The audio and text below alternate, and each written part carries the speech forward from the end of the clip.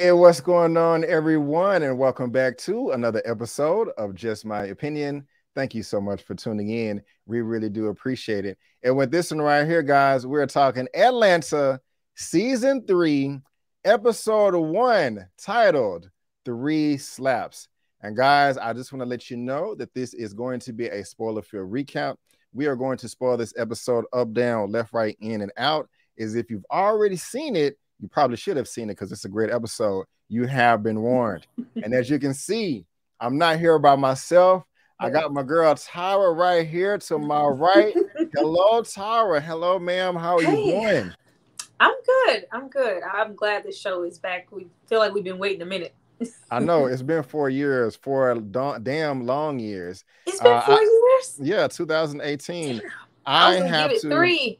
Oh yeah, I gotta go back and watch season 1 and 2 again because I just need another refresher. I've just been so busy, but I love the show so much, and I'm really excited to dive into Atlanta season 3 with you. I know we've done Euphoria, we've done Insecure, we're doing Snowfall, and now we're gonna be doing Atlanta, and so hopefully you guys like it. I think you will. Tawa's awesome. If you love what she has to say, which I'm pretty sure you know you will, the information, well, you can actually follow her and myself on social media.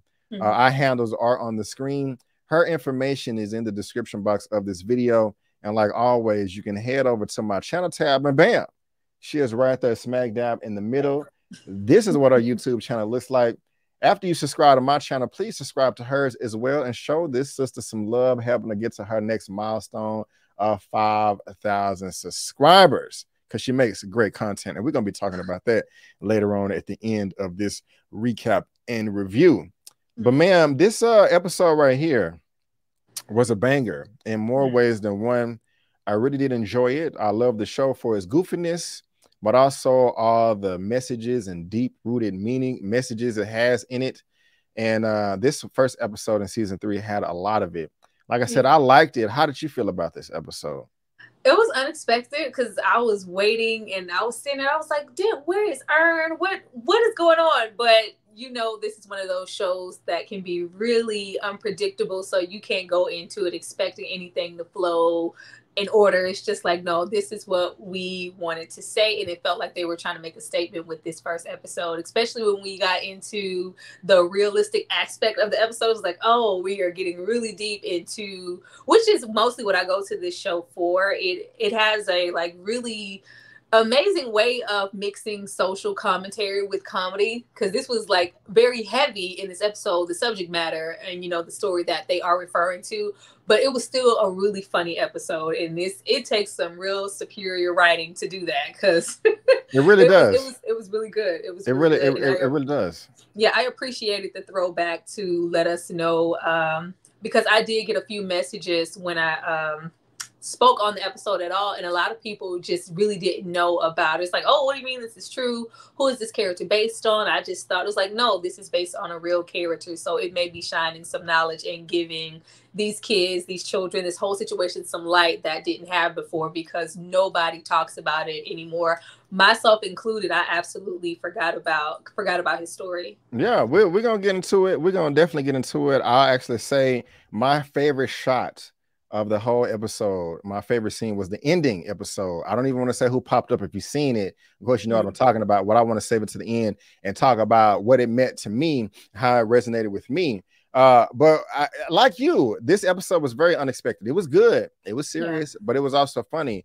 But it was very unexpected. And I do agree with you 100% that it seemed like he had a message that he was trying to get across to the people, that he was trying to convey. I think he did a great job. I think he got everybody else's attention, because there was just so much in this episode where it is related to true accounts in life. And I forgot about it. And Donald Glover is here to remind us.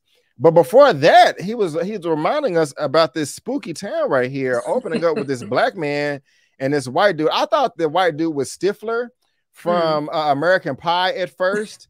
And I was like, is that Stifler? You know what I'm saying? No, it's not. But I mean, that's what I thought at first. It's the mustache. Yeah, I don't know what it was. I don't know what it was. But have you ever heard of this Lake Lanier before in Georgia? And I have not. I have not prior to this episode. Okay, yeah, this is new for me. I mean, as you see, he telling him that This was a self-sufficient full black operating town, and of course the white supremacists didn't like that. The black people didn't want to move, so they built a dam and flooded the whole place, and that is why it is haunted. And I'm still trying to figure out the overall significance to it. We know the other main story and what that was about, but it was creepy as hell. Them just talking, and it gets darker and darker and darker, and you know, you got demons and black hands pulling you all. This is nuts. It's definitely Atlanta. It was very much given because he's saying that a lot of black people, you know, walk around wanting to attain, you know, a certain amount of whiteness and, you know, thinking I want to get out of my blackness because I'm so haunted as a black person, not knowing us as white people are just as haunted. It was very much giving, like, throughout history, we've done some shit too for us to be just and feel just as haunted as you are. And due to certain aspects, you might not really want to switch any places with anybody because we with the shits too. And then he turned in the whole face. I was like, oh, okay. Yeah. I was not expecting any of that. I was waiting. I was like, all right, so Ern and Darius, they about to walk across the bridge and we're gonna just zoom up.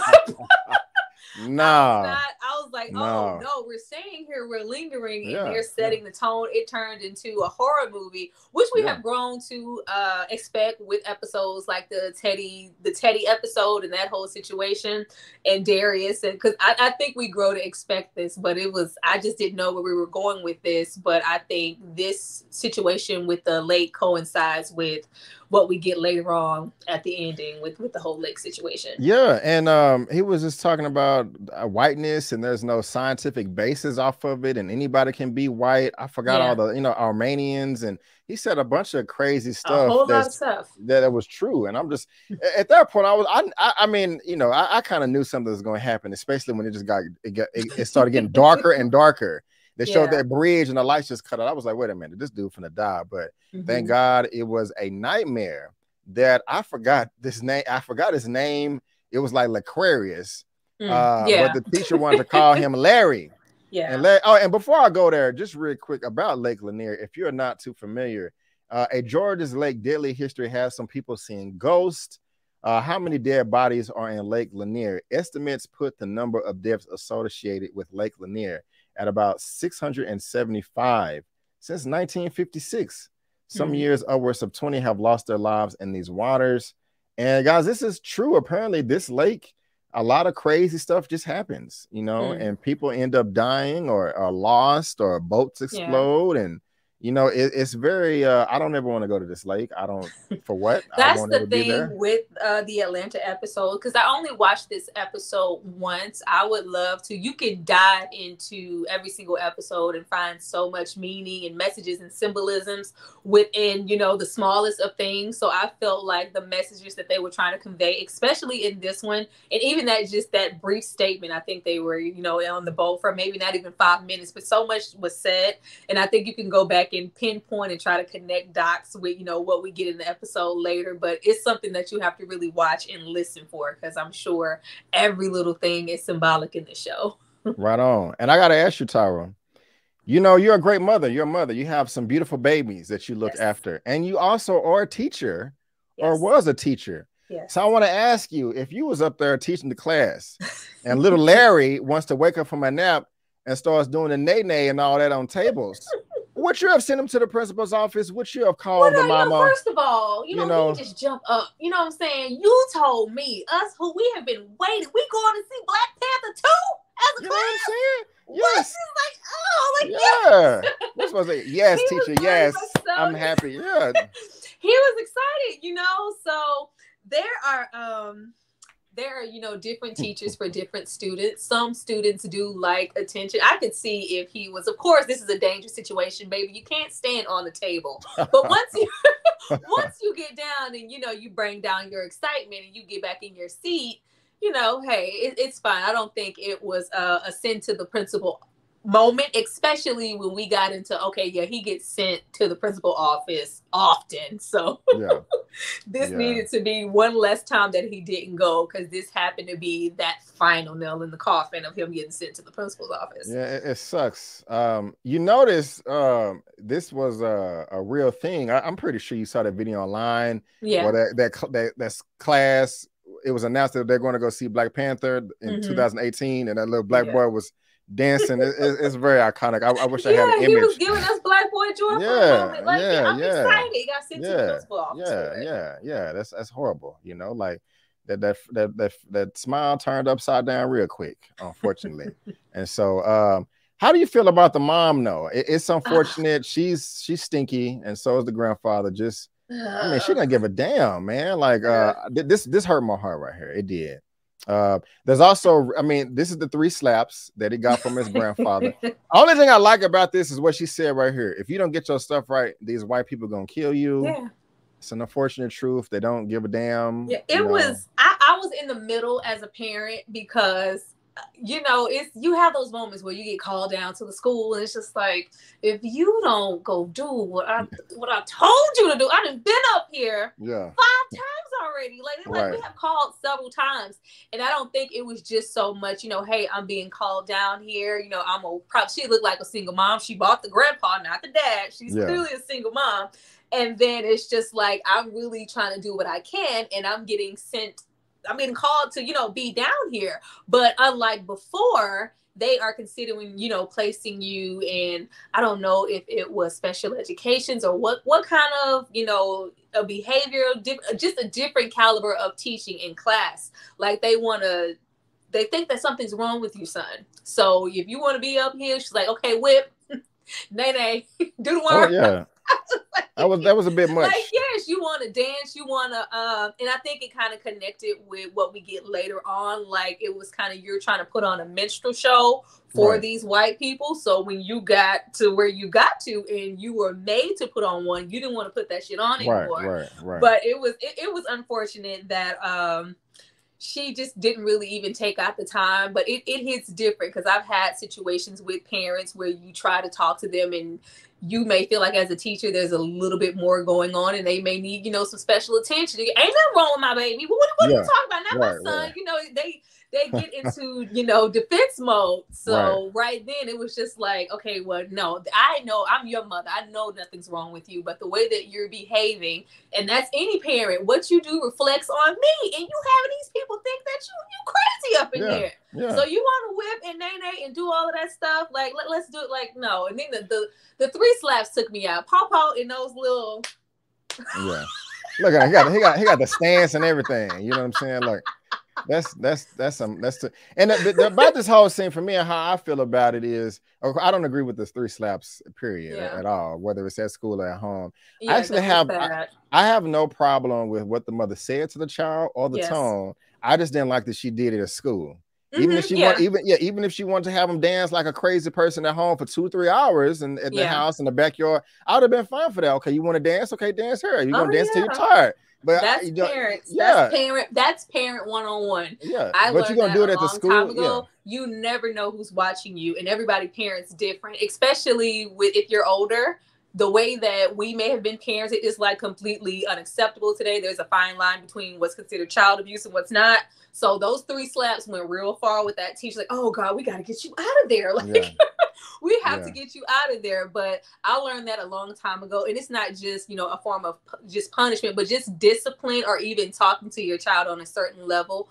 Most of the time that needs to be done in private, because you don't want to embarrass your child in public, and you don't want to embarrass yourself, and you don't want the wrong person to indicate your 3 slaps as abuse and call the pelpo on you. Like, she was like, oh God, we got to get you out of there. I was like, man. And I thought that was going to be the end of it. But then once we, you know, get to, I think it was like Child Protective Services actually showing up to inquire, I was like, oh, she really called. She really called. I was taking it as comedy, because the 3 slaps, they were pretty, you know, like, it was very paw slaps, but that was enough for them to feel like, okay, yeah, this is an unsafe situation, on top of how the mom was reacting. And, you know, she was a bit upset in making him dance in the hallway. And when she said, take him, I was like, what? Yeah, that was I didn't respect it at all. She just needed a break, and I was like, that's like that was very sorry of her to do that. That was shit. terrible. That she's low for that. Right it there. hurt because, you know, especially just being a teacher, I have seen some stuff. You know that there are parents like that, and Yeah, it's just there are just some that are just like, you're not willing to, like, you know what? Yeah, this is a burden off of my shoulders. Just take him. I was like, what? I didn't expect that. I didn't expect that at all. Yeah, I definitely want to talk to you about this because you are a parent, you know, and you be schooling me. Brandon, keep my number because I know you're gonna need it, you know, years from now, 5-10 years from now. You know, now this is, I mean, he can't even watch TV. He got to put ice on the cable box to cool it down. You know, is that what he's doing right there? Yeah. I mean, I don't know. I'm not a parent. I know you don't want your kid watching TV all day. Yeah, you know, but you know, so I think she was trying to kind of put him on punishment. It was supposed to be, you know, you better not be watching, you know, that TV. You've been acting up at school. You don't get to watch TV. I forgot all about that. Eat your spaghetti, because they have plenty of spaghetti in the house. Yeah, he complaining about milk. Oh, we're gonna look. Yeah, he get in that refrigerator, get that spaghetti, because we saw what the refrigerator had at the new house that you ended up at. We're gonna talk about that. We're gonna talk about that. But this is unfortunate right here. He gets thrown out the house by his own mom. And he goes living with his new brothers and sisters to these evil doo-doo paste making lesbian demon couple here. The comedy left my spirit at that moment. Once she said just take him, the whole episode switched for me. And you just never know what to expect with Atlanta.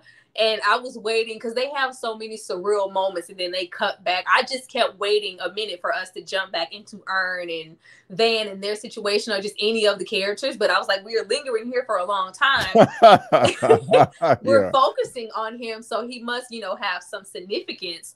And just to see that Black mom just go, you know, like here, like I was like, I just could never do that. But I know that there are parents like that, but some stuff here I just didn't the messages that they were trying to convey, I loved a lot of the messages, and then some, especially with the way that she was parenting, I was like, okay, well, what are we supposed to get from this as an audience? Because I would never parent this way. And it seemed like a lot of it, especially when he got to his new surroundings, those are supposed to be teachable moments and make him appreciative for what his mom was trying to do and what she was trying to offer. But I was like, yeah, we had to take him to get there. I was like, oh. Yeah. I didn't know how to feel about that at that moment. Were you scared when they popped up? Yeah, once I saw these ladies pop up, and I got into the once they started talking about kombucha and what they were doing, I connected the dots to the actual story. I was like, I know damn well this ain't about. I was like, no, this can't be. This can't be that. I didn't until I didn't until this right here came up. The free hugs and all that. Hat. I was like, this seems so familiar. It seems so familiar. Like what's going on? Am I tripping? But I mean, I didn't put it together. I was just like, this is just a weird couple. I mean, I already don't like white people adopting black kids, period. I just don't like that. You cannot like me if you want to. It's just, yeah, I'm not saying that there aren't any good people out there that can't do a great job. One of my best friends, his cousin, of course, is black, biologically, mother and father, but was raised by white people because I think his father passed away.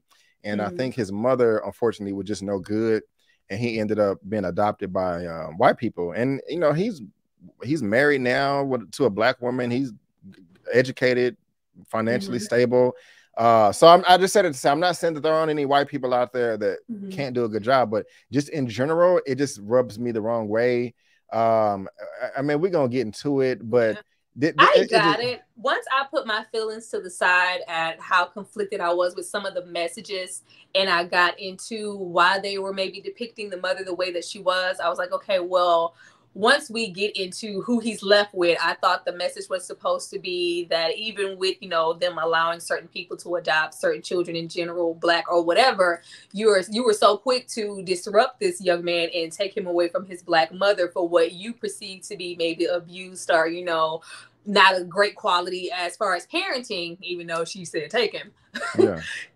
You know, saw these people, this couple, and it was like, you know, perception is everything. You saw this and just assumed he would be in good hands. And of course, he absolutely was not. And we see that happen so often as far as just the corrupt system of, you know, foster care and everybody's not in it for the most righteous reasons. And some people really take advantage of children in their situations, and there's abuse and just so much other stuff.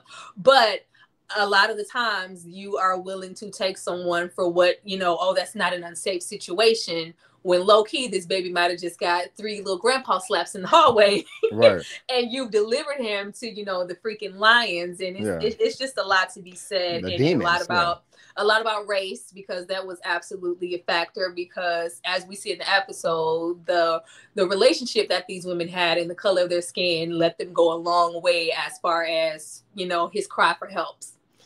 Right. You are driving this bus quite well, ma'am. Quite well. But I got to ask you this serious question, though. This is right here where we got Larry and the towel. So I have to ask you, when you were in the shower or in the bathtub, when you're washing your butt, do you use your hand or a washcloth or a loofah or something? Because they didn't use washcloths in here. That shit took me out because... She said, use your hands. I've said, and this is just me hanging out with the girls or just with family. That's always been a thing. But for them to put that in the forefront here, like, hey, you know, why Black people don't, you know, white people don't use no towels, no wash rag. They just, you know, just use their hands.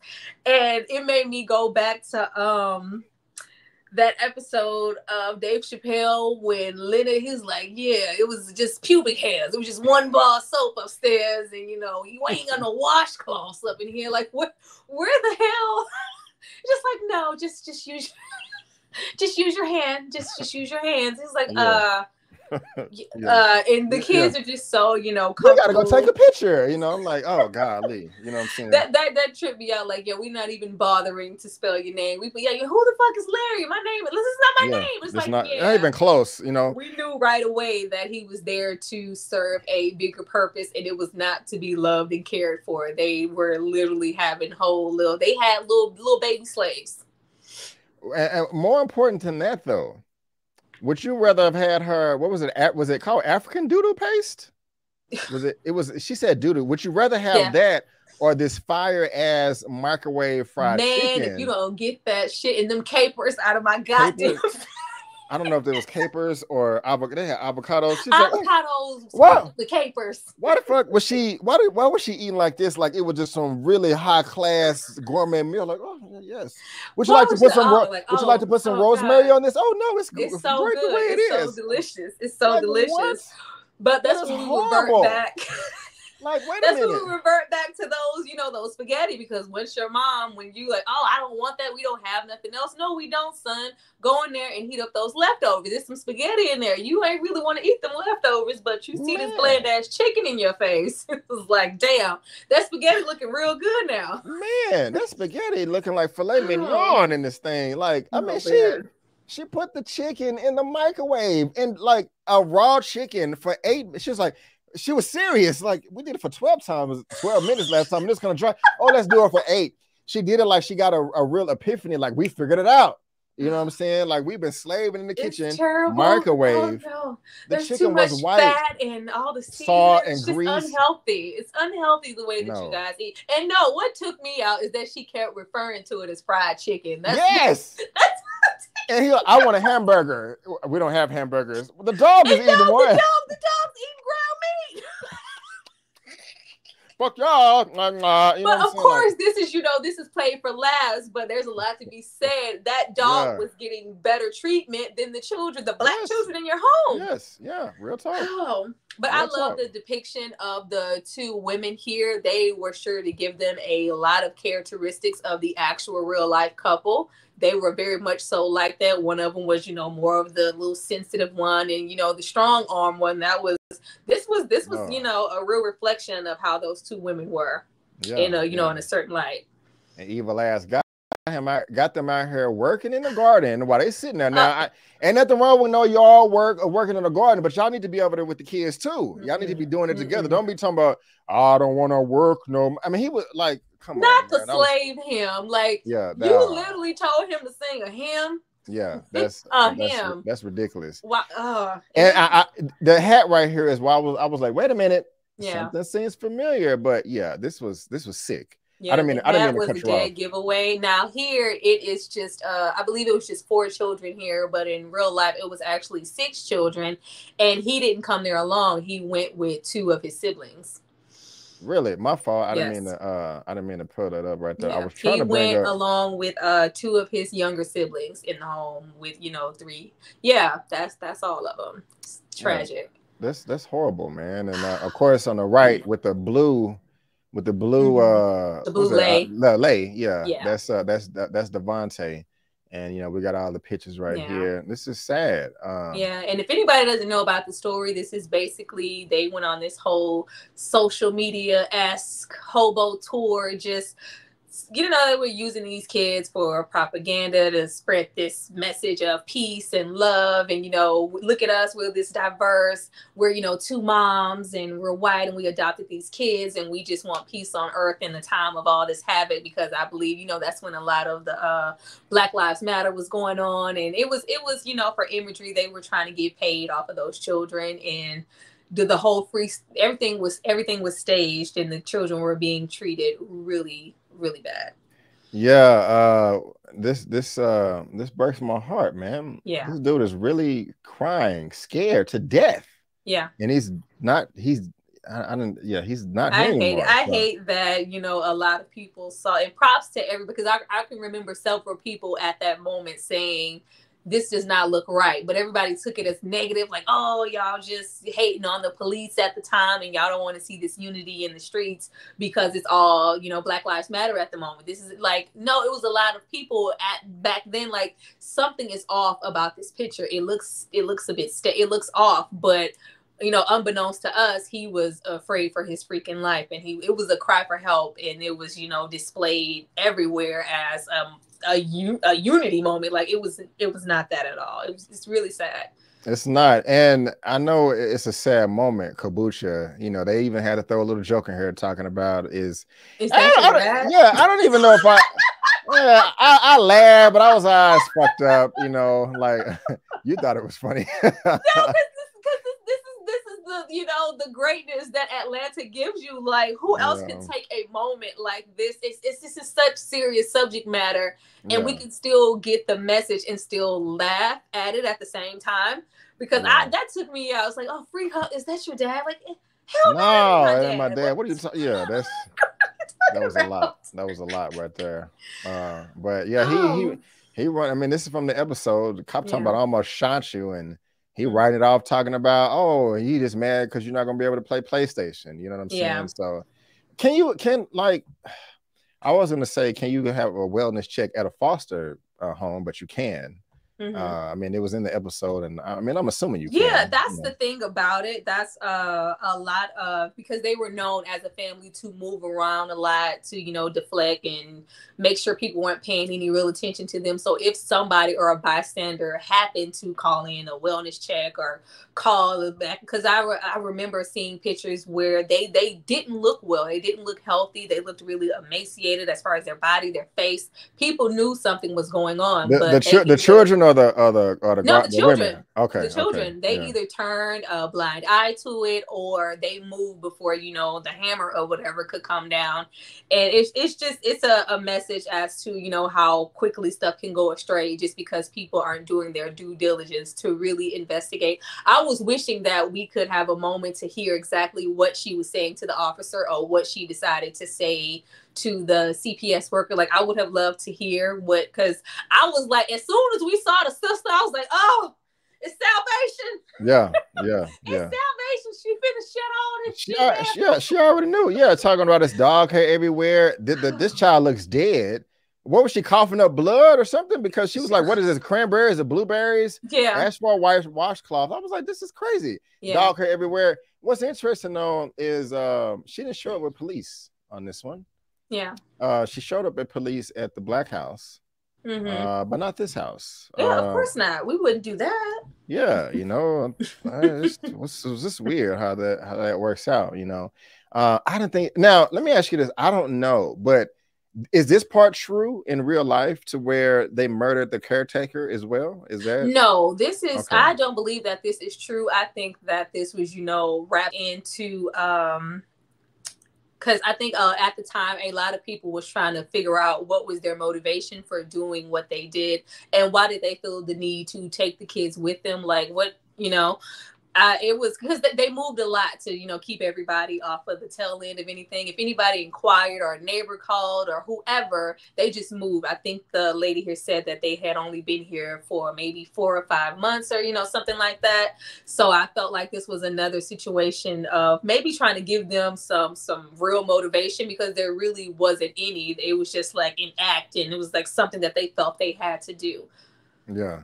But I don't believe that happened. But it was, I think it was just put there to let us know that, and it wasn't just this particular situation. There were multiple neighbors or just people who called and people who showed up. People, you know, tried, but every time he tried and, you know, tried to reach out, like this situation, they finessed and said whatever they had to say, and it just continued to go on until I guess there was a moment that they felt like they couldn't come back from, and they were about to just be flat out called and took themselves out and took the children with them. Yeah, I just gotta say, Donald Glover, thank you so much for making this episode. I mean, you did a great job, sir.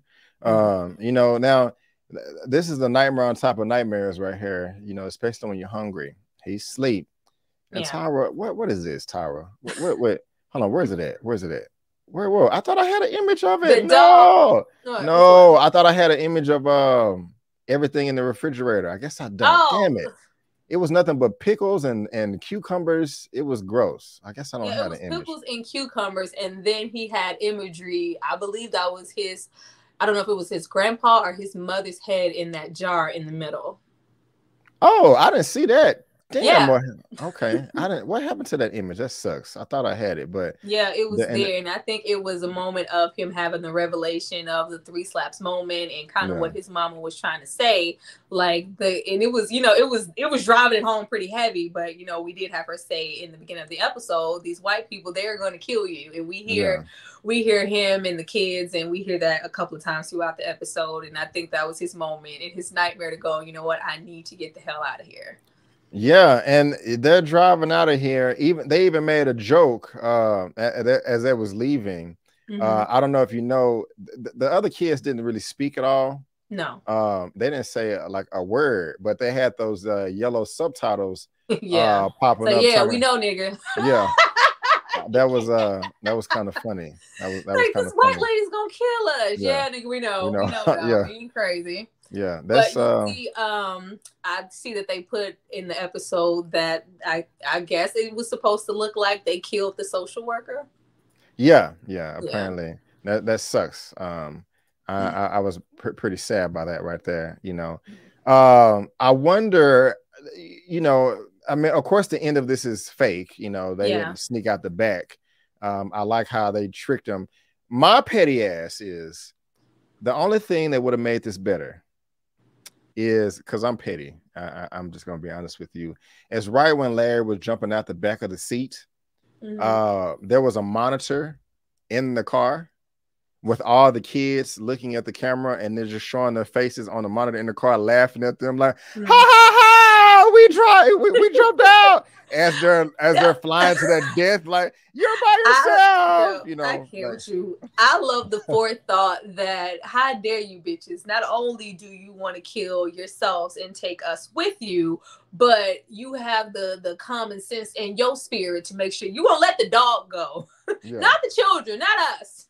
We don't have anything to do with this situation, regardless of what you've done to us or to that social worker. If you feel like, you know, it's your will to want to take yourself out, You gonna do that shit? Y'all let the dog go? And he's like, no. When they look back, he's put the dog back in the car. Like, no, all of y'all can go to hell together. I'm putting the dog back in here. Yeah, that's like that's the dog's hilarious. in the car, and he, you know, not only saves himself, but he gets the kids out all together, and it's a ending that we wish we could have gotten, but of course we know that's not what happened.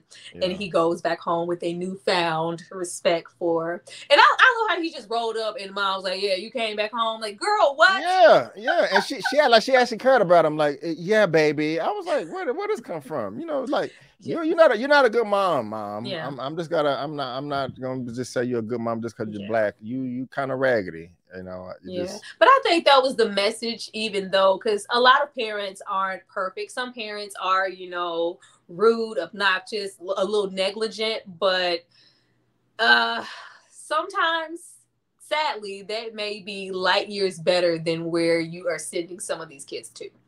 True, but I mean, I hear what you're saying. Yeah, and I've been letting you do. I mean, you've talked right? more than I just me been in this talking. episode. Let me shut up. No, because you're a mother and you can resonate with a lot of these things much better. They deep south right there. Y'all see what I'm talking about? She can relate. So I want to hear from you. Like, even in Bel Air, when I'm doing those recaps, I've always been talking about, I want to hear from the married couples.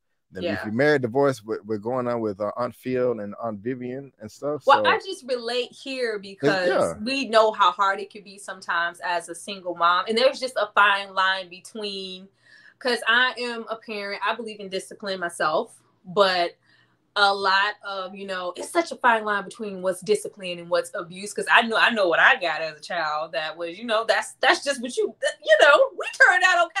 You know what I'm saying? But it's just, you know,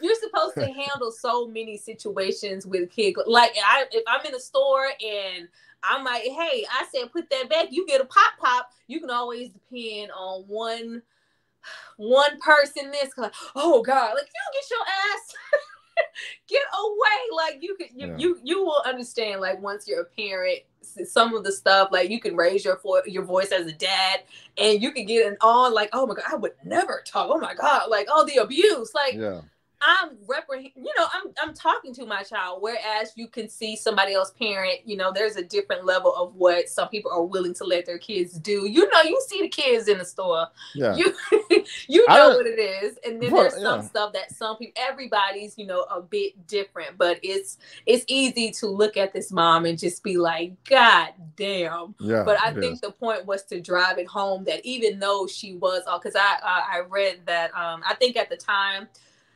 his actual mom, she was an addict, and they took him away just for that reason.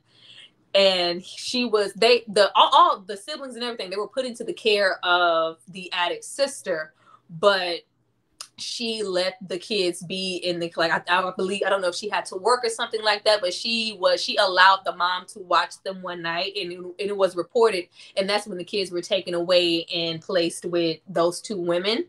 So it was just like, well, damn, they were, you know, really anxious to get them, like, oh, this is not a safe situation. But it's just like, if you're going to place kids and take them away for something you feel like isn't safe, do your due diligence to make sure you're putting them in an equally safe situation and that they are okay. What's the use of taking them away from, you know, what you thought to be a neglectful, addicted mother to put them in there? It's just like, I think the mother said that once they, you know, send them there, they're just pretty much forgotten about. Y'all don't even, you know, go, nobody, I think she said nobody went back to even check on him or to see if her kids were okay. Once they were there, they just assumed that they were okay. And I think we see that a lot.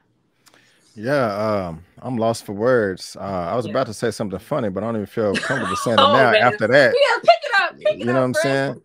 No, I was, because going back, you was talking about, you know, the difference between discipline and stuff. Yeah. You know, growing up, you know, of course, my mama would pop my ass if I'm acting up in the store and stuff. Then I see like white kids doing whatever they want, somersaults off the shoe shelf and stuff. But I remember one time I was working at DFW. It was the first time I've seen a white woman like slap her kid for acting crazy, and I was so happy and relieved. You know, just being a brat, just walking behind like doing one of those. Mom just turned around. bop, right there on the mouth. Shut up and come on. I was like, oh. Like how they be looking at us. Yeah. I didn't find nothing wrong with it. I was happy, you know. Yeah. So I'm like, yeah, hell yeah. Yeah. Sadly, you can barely do that anymore. I personally don't give a damn because I'm gonna do what the hell I need to do in that moment. But a lot of people, depending on, you just have to be self-conscious, or as you can see, you can have somebody knocking at your door because of 3 slaps. Yeah, and the thing is, when I saw it, she didn't cock her hand back and just swing through that thing like that. And it was the child was maybe 3 years old. It was not abuse. I saw the whole thing from start to finish, and I found nothing wrong with that. I mean, it was just like a little, and it wasn't like the child wasn't just like, acting up. They were being ridiculous, like, it was like, no, you need to discipline this child because they're gonna think that's okay. But towards the end of this episode, this is what I was talking about earlier, how this was the best part for me. He's eating the spaghetti and he's chilling, watching TV. We got the abandoned orphans.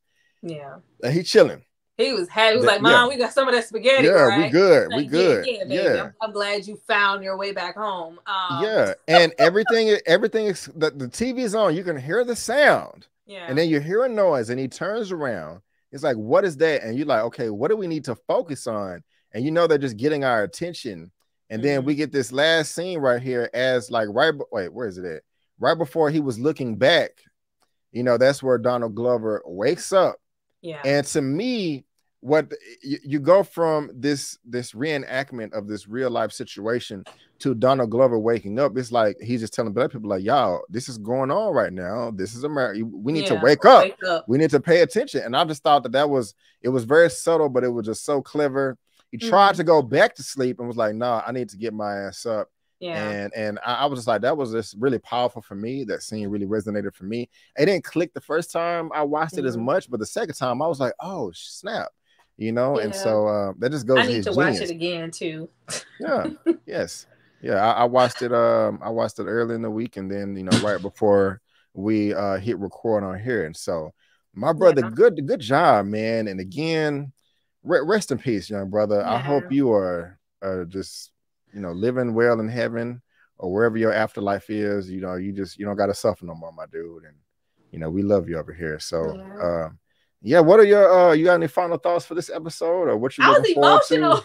Yeah, because and I think that's what the episode was supposed to do. Even though it did give you a lot of laughter, it did make me go and revisit his story, because I was like, wow. And it's hard because we see so much of situations like this. You get desensitized and you easily forget about stuff. But just to see this, and it was like it was talked about and then it was just gone. So just to see it and have him be like, yeah, don't forget. And I feel like we're gonna have running themes of that throughout the episodes, of certain stuff that we just need to make sure we're mindful of and we're not forgetting about these people, or just situations like this, because it's not like his situation is an isolated situation. This happens a lot as far as kids in foster care. Right on. Well said, man. Well said. So, guys, that is going to wrap up our Atlanta season 3, episode 1 recap and review. Make sure you let us know all of your thoughts, your commentary, what you thought about the episode in the comment section down below. We would love to hear it. And before we head out of here, Miss Tara, won't you let the good people out there know what you got going on your channel right now?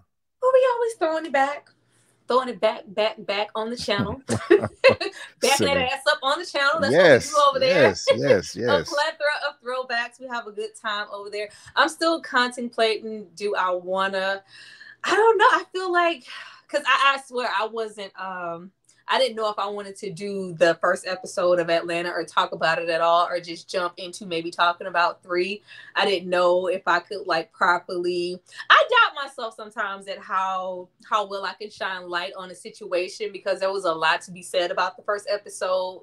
So I may talk about that and put that on the channel. I'm not. Why are you making a face? You doubt yourself on how you can talk about a topic. Okay. Tara, that's why I bring you onto my show, because you do such a great job. I know. You just wait a minute. You just did it now. I know, but I didn't know that was there. Okay. It just comes out when we hear. Sometimes you just got to hit record and let it come out. You know what I'm saying? This isn't pre-prepared. Okay. This just comes out, but certain stuff I just don't know if I want to touch on it sometimes. But I think after this, I might try. And it's not just this. I don't like to talk about something here, and then once I make a video, I want to be able to elaborate it more. I don't want to just repeat, what I said here, and I want to, dive in a little bit. So I think I might watch it again to see what else I can take from it, and then I'll post my episode, Brandon. Cool. I'm looking forward to it. And why don't you let people know, how does your throwback stuff work? Like, how does people... It's good. The Cash apps stay popping. So if somebody saw you for the first time now, yes, and they're like, what is she talking about throwback? How do I, do I send her an email, a DM? Like, how do I get a throwback review? You can come to my Cash App. It's actually below down there. People come, have they nice $30, Cash App it along with their movie request and the year that the movie came out. I'll look it up and I'll put it into the vault of movies to talk about. And the vault is full because they stay coming. It's a good time over there. And guys, she makes great shorts sometimes to go with those throwbacks. I have my personal favorite, but I don't have the... I actually deleted that clip too last week. So. Trying to be messy. That's why no. But now, Tyra, thank you so much for that. And y'all, subscribe to her channel, y'all, and send her $30 so she can do a throwback review for you. Send me $30 and I throw it back. Man, that sounds real tasteless. Man, you almost won. But I'm teasing. I'm teasing. You good. On my channel, guys, I got the Bel Air episode 9, Snowfall episode 6, Halo episodes 1 and 2, Alice review, also Master review. And yeah, I'm gonna have my Power review episode 8 coming out. Just subscribe to my channel so you can get all my stuff or whatever. So, but guys, again, I want to thank you so much for tuning in. And before you go, don't forget that I'm B. Avery, and that's Tyra, and that's just our opinion.